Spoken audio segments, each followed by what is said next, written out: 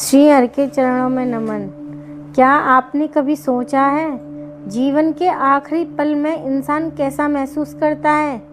क्या सच में कोई व्यक्ति मृत्यु के समय भी शांत और निडर रह सकता है? श्री कृष्ण ने अर्जुन को ऐसा ज्ञान दिया जो न केवल जीवन बल्कि मृत्यु के भय को भी खत्म कर देता है। आज हम समझेंगे गीता के अध्याय 2 का अंतिम श्लोक 72 का, जो बताता है सच्ची शांति और मोक्ष का अंतिम रास्ता।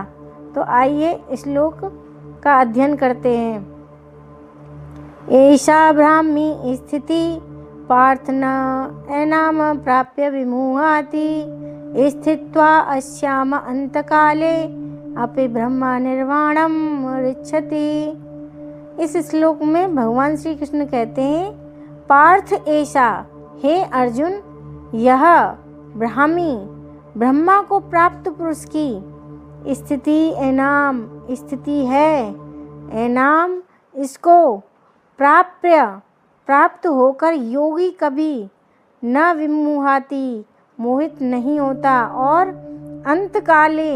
अंतकाल में अपे भी अश्याम इस ब्राह्मी स्थिति में स्थित होकर ब्रह्म निर्वाणम ब्रह्मानंद को ऋच्छति प्राप्त हो जाता है।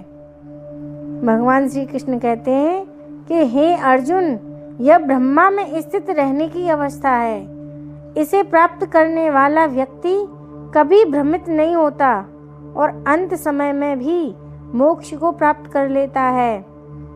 ब्राह्मी स्थिति का मतलब है जब मन पूरी तरह शांत हो जाए, जब इच्छाएं और अहंकार खत्म हो जाए, जब इंसान सुख दुख में एक समान रहे। यह वो अवस्था है जहां इंसान बाहरी दुनिया से प्रभावित नहीं होता। उदाहरण से समझें तो जैसे समुद्र में कितनी भी नदियां गिरें पर समुद्र शांत ही रहता है, वैसे ही ब्राह्मी स्थिति वाला व्यक्ति हर परिस्थिति में शांत रहता है। जब हम शरीर और दुनिया को ही सब कुछ मानते हैं, तब डर, दुख और चिंता पैदा होती है। लेकिन जब इंसान समझ लेता है कि मैं आत्मा हूँ, यह शरीर नहीं, तब उसका सारा भ्रम खत्म हो जाता है। यही कारण है कि ब्राह्मी स्थिति को पाने वाला व्यक्ति किसी भी परिस्थिति में नहीं घबराता, जीवन और मृत्यु को समान मानता है। गीता का यह श्लोक सबसे गहरी बात बताता है कि अगर कोई व्यक्ति इस अवस्था में जीता है तो मृत्यु के समय भी उसका मन विचलित नहीं होता, और यही उसे मोक्ष यानी मुक्ति दिलाता है।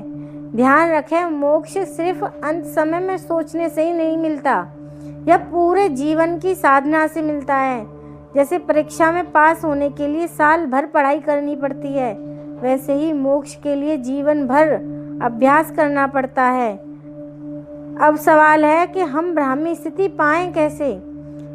ध्यान से रोज कुछ समय अपने मन को शांत करें। इच्छाओं पर नियंत्रण करके जितनी भी कम इच्छाएं होंगी उतनी ज़्यादा शांति मिलेगी। कर्म योग अपनाकर फल की चिंता छोड़कर कर्म पर ध्यान दें और भगवान पर विश्वास रखें। हर स्थिति को स्वीकार करना सीखें। जो हो रहा है वो भगवान की मर्जी से ही हो रहा है, ऐसा समझें। तो भक्तों, गीता का यह श्लोक हमें सिखाता है कि सच्ची शांति बाहर नहीं, हमारे अंदर है, और जो इसे पा लेता है उसे जीवन और मृत्यु दोनों का डर नहीं रहता।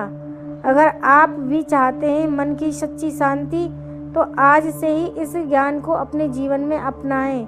अगर यह वीडियो आपको अच्छा लगा हो तो लाइक करें, शेयर करें और चैनल को सब्सक्राइब ज़रूर करें। हरे कृष्ण।